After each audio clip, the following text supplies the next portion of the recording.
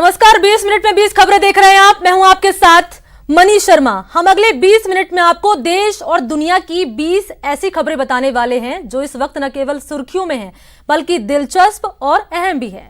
तो चलिए शुरू करते हैं 20 मिनट में 20 खबरों का ये सिलसिला। और सबसे पहले देखते हैं राजस्थान की कौन कौन सी खबरें इस वक्त अहम है। भीलवाड़ा में पुलिस ने सट्टेबाजों पर शिकंजा कसा है। सूचना के बाद कोतवाली थाना पुलिस ने नाथद्वारा सराय में एक मकान पर दबिश दी और आईपीएल पर सट्टा लगाते हुए 3 सटोरियों को दबोच लिया। मौके से 1 करोड़ 39 लाख का हिसाब भी मिला है।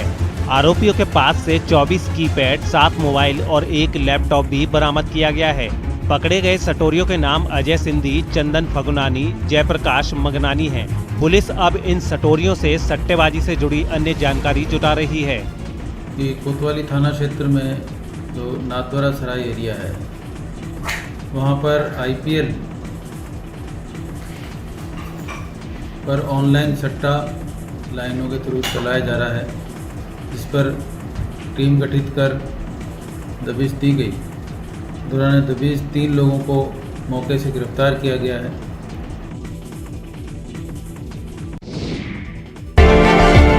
बस पैसे दो और पुलिस के सिपाही बनो, कुछ ऐसे ही सपने दिखाकर ये मुन्ना भाई परीक्षार्थियों से पैसे वसूल रहे थे। जयपुर पुलिस कांस्टेबल परीक्षा में असली की जगह फर्जी परीक्षार्थियों को बैठाने की तैयारी में थे, लेकिन जयपुर कमिश्नरेट की स्पेशल टीम और नाहरगढ़ थाना पुलिस ने ज्वाइंट कार्रवाई की और गिरोह के सरगना बलराम और देवी सिंह सहित कुल 11 आरोपियों को दबोच लिया। आरोपियों के पास से एडमिट कार्ड और अन्य फर्जी दस्तावेजों के साथ 28 कोविड-19 घोषणा पत्र की कॉपी भी मिली है। गिरोह के 6 सदस्य असली अभ्यर्थियों के स्थान पर परीक्षा देने पटना से प्लेन के जरिए दिल्ली आए और फिर दिल्ली से बाया रोड जयपुर पहुंचे थे। दलाल के रूप में काम किया जा रहा है, जो भोले वाले परीक्षार्थी हैं उनसे पैसे लेकर के उनको परीक्षा में पास करवाने का आश्वासन दे करके यहाँ पे 3-4 लाख रुपए एक परीक्षार्थी से लेते हैं और यहाँ बिहार या पटना से बुला करके परीक्षार्थियों की एग्जाम दिलवाते हैं। आरोपी अंकित, कुंदन और देवी सिंह परीक्षा केंद्रों के बाहर रहकर असली परीक्षार्थियों के परिजनों से पैसे वसूलते थे, जबकि आरोपी मनीष बिहार से फर्जी परीक्षार्थियों को तैयार करने का काम करता था। वहीं गिरोह का मास्टरमाइंड बलराम फर्जी आधार कार्ड तैयार किया करता था।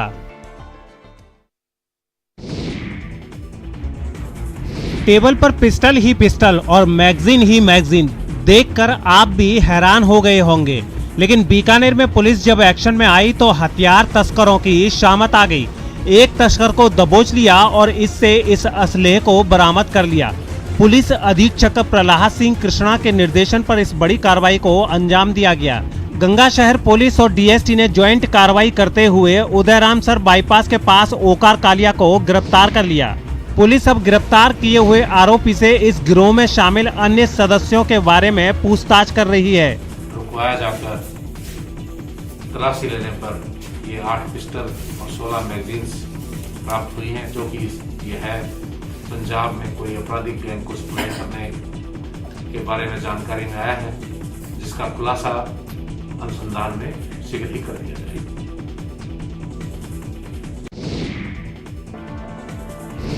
एक महिला को ऐसे घसीटने वाला वीडियो वायरल हुआ तो सवाल उठने लगे, जिसके बाद पुलिस एक्शन में आई और महिला को घसीटने वाले शख्स और उसकी पत्नी के खिलाफ केस दर्ज कर लिया। मामला अजमेर का है, जहां दरगाह इलाके में जेब तराश खाना बदोश महिला के साथ महाराष्ट्र निवासी उमेश किशन और उसकी पत्नी शीतल ने मारपीट की। दोनों ने महिला पर जेब काटने का आरोप लगाया, जिसके बाद महिला के साथ बुरी तरह से मारपीट की गई। उसे सरेआम बाल पकड़कर घसीटा गया। वहां मौजूद किसी भी शख्स ने इसका विरोध नहीं किया। इसी मामले में पुलिस ने पीड़ित के पति की शिकायत पर कार्रवाई करते हुए केस दर्ज कर आरोपी पति पत्नी को गिरफ्तार कर लिया है।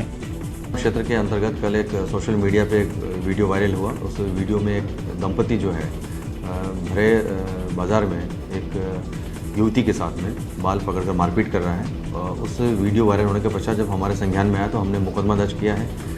महिला के पति की रिपोर्ट पर हमने 323, 341 और 354 आईपीसी का मुकदमा दर्ज किया, जिसमें हमने आरोपी जो दोनों दंपति हैं उन दंपतियों को हमने गिरफ्तार किया है। सीकर में एक शोरूम में 10 लाख के मोबाइल चोरी का एक और सीसीटीवी सामने आया है। इस सीसीटीवी में साफ साफ देखा जा सकता है कि कैसे 5 चोर इस शोरूम में दाखिल होते हैं और फिर यहाँ रखे मोबाइल्स को चोरी करते हैं। आप देख सकते हैं कि चोरों ने शटर तोड़ते समय ढकने के लिए चद्दर भी सामने की हुई है। शटर का ताला तोड़ने के बाद ये पांचों चोर कुछ देर के लिए यहाँ से हट जाते हैं और फिर थोड़ी देर बाद पांचों चोर शोरूम में घुसकर चोरी की इस बड़ी वारदात को अंजाम देते हैं। इन चोरों के हाथ में टॉर्च बैग और खोलने के लिए पेचकस भी दिखाई दे रहे हैं, जिससे शोरूम में अलमारियों में रखे महंगे मोबाइल चुराकर बैग में भर रहे हैं। उद्योग नगर थाना पुलिस अब सीसीटीवी के आधार पर इन चोरों की तलाश में जुटी है।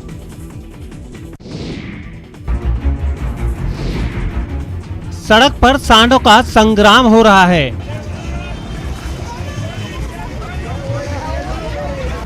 दोनों के दंगल से पब्लिक दहशत में है। खुले खतरे की ये तस्वीरें कोटा के इटावा कस्बे की हैं। यहाँ पर अचानक ये दोनों सांड आपस में भिड़ गए और बीच बाजार इस आतंक से अफरा तफरी मच गई।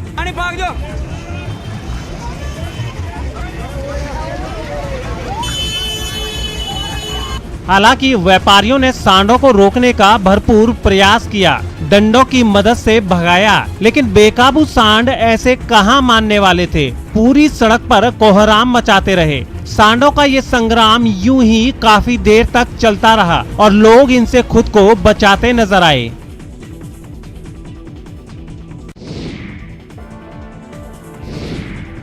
हडौती के टाइगर रिजर्व मुकंदरा में WWF की ओर से ट्रांजेक्ट लाइन सर्वे किया गया है।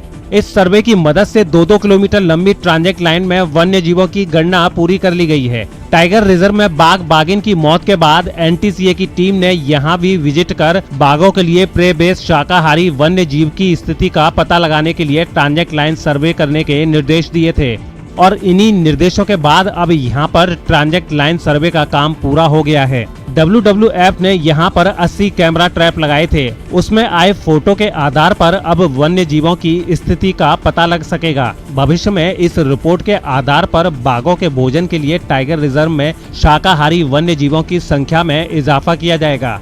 बाहर से शाकाहारी वन्य जीव मुकुंदरा टाइगर रिजर्व में शिफ्ट किए जाएंगे। बताया गया है कि 10 दिन में ट्रांजेक्ट लाइन सर्वे का एनालिसिस करते हुए उसकी फाइनल रिपोर्ट तैयार की जाएगी और उसे वन विभाग को सौंप दिया जाएगा।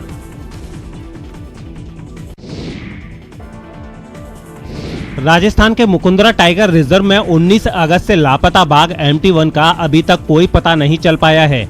78 दिन बाद भी वन विभाग बाघ की लगातार तलाश कर रहा है। WWF की टीम ने कैमरा ट्रैप भी लगा रखे हैं, लेकिन बावजूद इसके दर्रा रेंज में स्थित 82 वर्ग किलोमीटर में फैले एंक्लोजर में बाघ का पता नहीं चल सका है और न ही उसकी मौजूदगी के वन विभाग को कोई सबूत मिले हैं। बाघ को तलाशने के लिए वन विभाग हर तरह का प्रयास भी कर रहा है, लेकिन वन विभाग को अभी तक कोई कामयाबी नहीं मिली है। बाघ के लापता होने से हाड़ौती के वन्य जीव प्रेमी काफी मायूस हैं और उम्मीद कर रहे हैं कि जल्द ही बाघ MT1 सकुशल मिल जाएगा और वन्य जीव प्रेमी एक बार फिर बाघ का दीदार कर सकेंगे। पटाखों पर पाबंदी के बाद जयपुर में पुलिस ने कई जगहों पर छापा मारा। राज्य की गहलोत सरकार ने दिवाली ही नहीं बल्कि इस साल के आखिर तक पटाखों की बिक्री और उन्हें जलाने पर पाबंदी लगा दी, जिसके बाद राजस्थान पुलिस ने पटाखों के कई अवैध गोदामों पर पहुंचकर छापा मारा।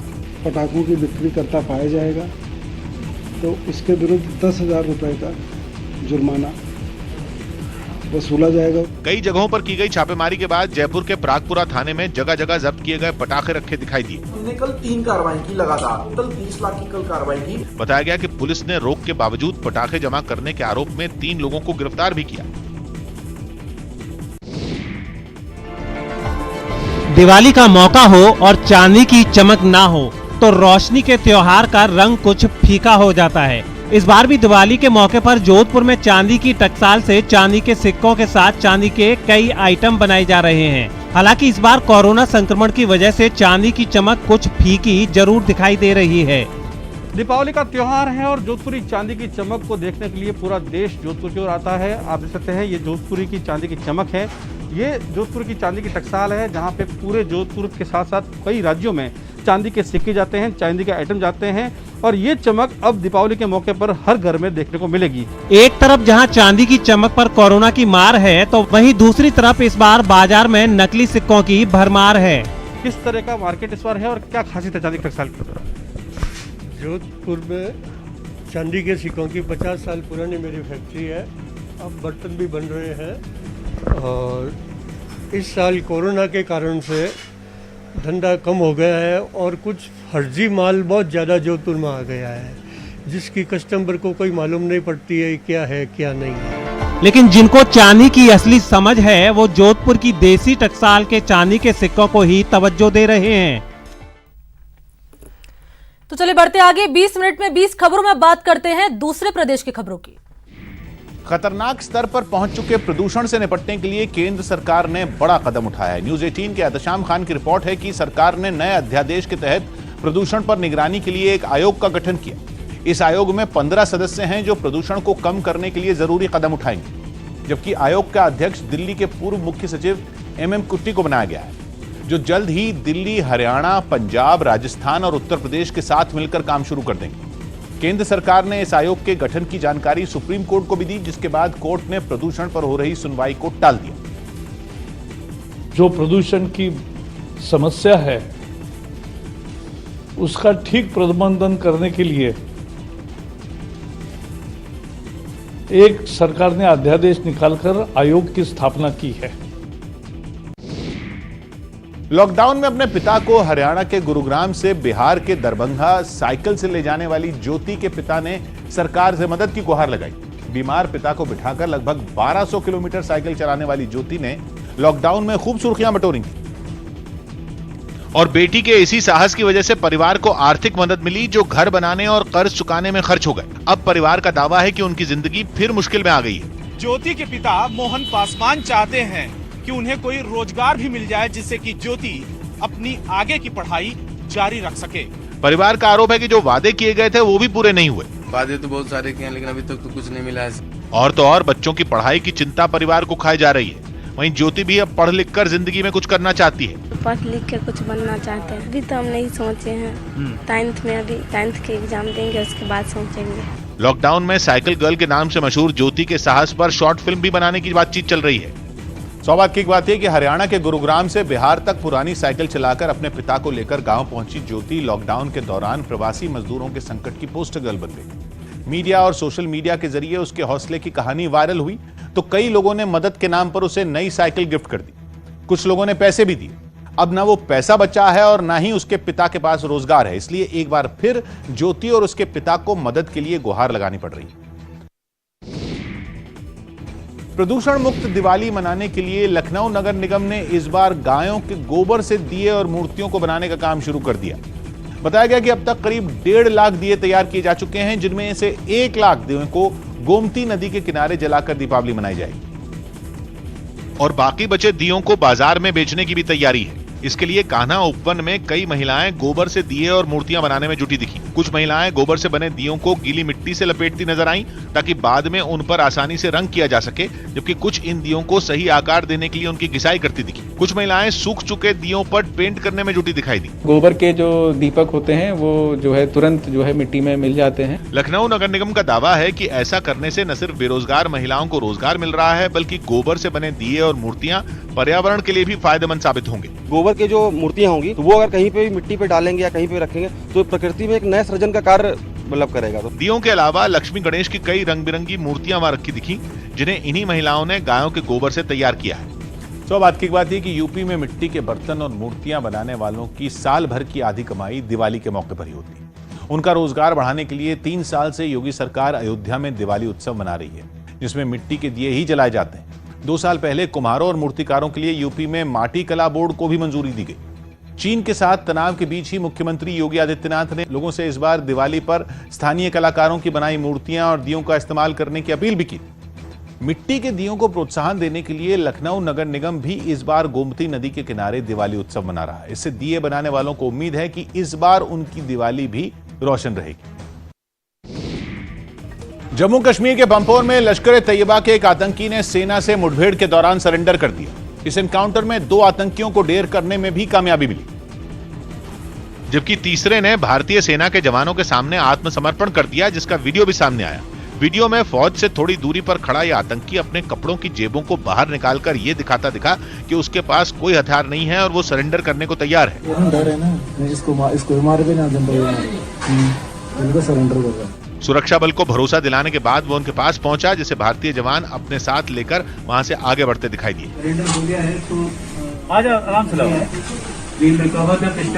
सरेंडर कर चुके इस आतंकी ने माना कि वो गलत रास्ते पर बढ़ चुका था, जिसे छोड़ने में भारतीय फौज ने उसकी मदद की। शुक्रगुजार हूं, उन्होंने मुझे और एक मौका दिया अपनी लाइफ जीने के लिए।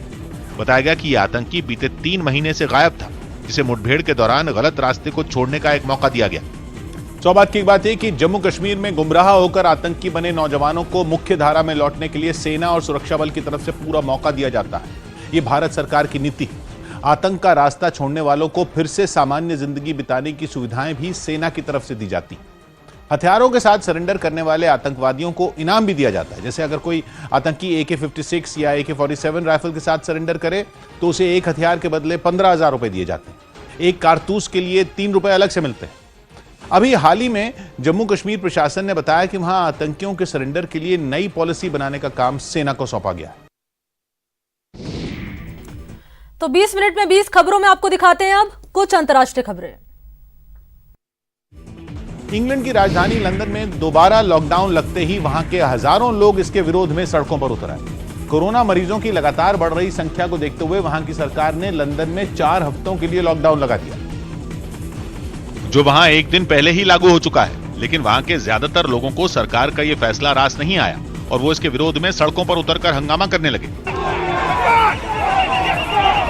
हालात इतने बिगड़ गए कि पुलिस को उन्हें काबू में करने के लिए ताकत का इस्तेमाल करना पड़ा। इस दौरान भीड़ में शामिल एक आदमी तो काला झंडा लहराते हुए लॉकडाउन का विरोध करता दिखा। प्रदर्शनकारियों को रोकने के लिए पुलिस रास्तों पर उतरी जरूर, लेकिन लोगों के हुजूम के सामने उसकी एक नहीं चली। एक जगह तो लोगों ने पुलिस की गाड़ी को घेर लिया और उसे आगे बढ़ने से रोकते नजर आए। हंगामा बढ़ता देख पुलिस ने भी सख्ती दिखाई और कई लोगों को हिरासत में ले लिया। कैरिबियाई देश हैती में एक छात्रा की हत्या पर बवाल शुरू हो गया। आरोप है कि कुछ दिन पहले छात्रा को पैसों के लिए अगवा किया गया और फिरौती न मिलने पर उसकी हत्या कर दी गई, जिसके खिलाफ हजारों की भीड़ सड़कों पर उतर आई। लोगों ने राजधानी पोर्टो प्रिंस की सड़कों पर जगह जगह टायर जलाए और खूब हंगामा किया। लोगों को काबू में करने के लिए पुलिस ने उन पर आंसू गैस के गोले दागने शुरू कर दिए, जिससे वो और भड़क गए और उन्होंने पुलिस पर पथराव शुरू कर दिया। इससे पहले लोगों की ये भीड़ सड़कों पर एक रैली निकालती नजर आई, जिसमें बड़ी संख्या में स्कूल की छात्राएं भी शामिल हुई। प्रदर्शनकारियों ने उस छात्रा के लिए इंसाफ की मांग की और देश में गहराते सुरक्षा संकट के लिए सरकार को जिम्मेदार ठहराया। इस घटना से 2 महीने पहले पोर्टो प्रिंस में एक जाने माने वकील की उसके घर में गोली मारकर हत्या कर दी गई थी और इसलिए कई लोग उस वकील और छात्रा की तस्वीर के साथ मार्च करते नजर आए।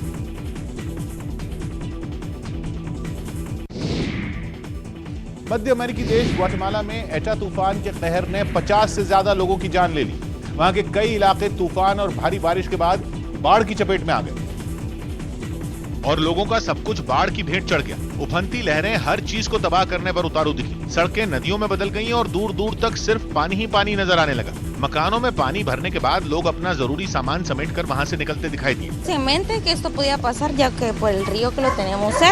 एक तस्वीर ऐसी भी दिखी जिसमें लोग जानवरों को बचाने के लिए उन्हें गोद में उठाकर पानी पार करते नजर आए। कई इलाकों में जमीन खिसकने की घटनाएं भी हुई, जिनकी वजह से 40 से ज्यादा लोगों की मौत का दावा किया गया। ग्वाटेमाला के राष्ट्रपति ने भी माना कि हालात काफी खराब हैं, लेकिन लोगों तक मदद पहुँचाने की सभी कोशिशें जारी हैं। Cubierto 42 incidentes, más de 1,500 personas atendidas। Guatemala के साथ ही एटा तूफान ने मध्य अमेरिकी देश निकारागुआ पर भी जमकर कहर ढाया और वहां भी लोग भीषण बाढ़ का सामना कर रहे हैं। सौभाग्य की बात है कि मध्य अमेरिका का देश ग्वाटेमाला प्राकृतिक आपदाओं की मार लंबे समय से झेलता आ रहा है। वहां बीते 20 साल में 5 बड़े भूकंप आ चुके हैं। 5 साल पहले भारी बारिश के बाद जमीन खिसकने से ग्वाटेमाला में बड़े पैमाने पर तबाही मची थी। 2 साल पहले वहां ज्वालामुखी फटने से भी करीब 200 लोग मारे गए थे और चक्रवाती तूफान तो वहां हर साल कई बार तबाही मचाता रहा।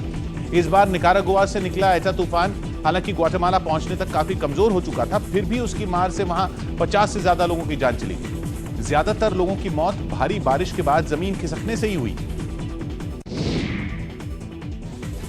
चीन के फुजियान प्रांत के जंगलों में लगी आग और भड़क गई। ये आग कैसे लगी इसका पता फिलहाल नहीं चल पाया, लेकिन ये आग बहुत तेजी से फैल गई। और फुजियान प्रांत में जंगल का एक बड़ा हिस्सा इसकी लपटों में घिर गया। आग की लपटें कई फीट ऊपर तक उठती नजर आईं और उसके धुएं के गुबार से आसपास का इलाका ढक गया। आग के तेजी से फैलने की जानकारी मिलते ही दमकल कर्मी वहां पहुंचे और आग बुझाने के काम में जुट गए। कुछ कर्मचारी आग पर पानी की बौछार करते दिखाई दिए, जबकि कई लोग केमिकल का छिड़काव कर आग बुझाते नजर आए। काफी कोशिश के बाद दमकल कर्मियों ने आग को बुझा दिया।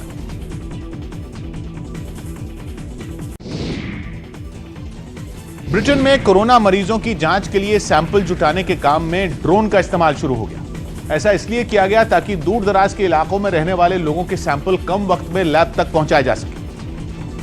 और इसी खूबी की वजह से अब ब्रिटेन की नेशनल हेल्थ सर्विस इस ड्रोन का जमकर इस्तेमाल कर रही है। छोटे विमान की तरह दिखने वाले इस ड्रोन में 4 पंखे लगे हैं जो इसे रफ्तार के साथ दिशा भी देते हैं। बैटरी से चलने वाला ये ड्रोन एक बार में करीब 100 किलोमीटर तक की उड़ान भर सकता है। यही नहीं, इसमें एक बार में 80 मरीजों के सैंपल ले जाए जा सकते हैं। ब्रिटेन के शेम्सफोर्ड में इस ड्रोन का प्रदर्शन भी किया गया, जिसमें ये सैंपल लेकर उड़ान भरता दिखाई दिया। बताया गया कि जिन सैंपलों को सड़क के रास्ते लैब तक लाने में कई घंटे लग जाते थे, उन्हें ये ड्रोन कुछ मिनटों में ही ले आता है, जिससे मरीजों की रिपोर्ट तैयार करने में लगने वाला वक्त भी कम हुआ है। चीन का शंघाई शहर एक शानदार लेजर और लाइट शो से जगमगा उठा। वहां तीसरे चाइना इंटरनेशनल इंपोर्ट एक्सपो की ओपनिंग पर यह कार्यक्रम रखा गया, जिसकी रौनक कोरोना संकट में भी फीकी नहीं पड़ी। हर बार की तरह इस बार भी एक्सपो की शुरुआत भव्य लाइट शो के साथ की गई और काउंटडाउन होते ही पूरा शंघाई रंग बिरंगी रोशनी में नहा गया। आसमान छूती इमारतें ऊपर से नीचे तक जगमगाने लगी। उन पर लेजर लाइट से अलग अलग आकृतियां और फूल बनते दिखे। ऐसी चकाचौंध जिसे देखकर ऐसा लगा जैसे चीन में दिवाली का जश्न मनाया जा रहा हो। लेकिन कार्यक्रम यहीं खत्म नहीं हुआ। इसके बाद इमारतों से तेज रोशनी की किरणों ने अपनी चमक छोड़नी शुरू की। ऐसे खूबसूरत नजारे के सामने हुआंगपू नदी में लोग क्रूज का मजा लेते भी नजर आए।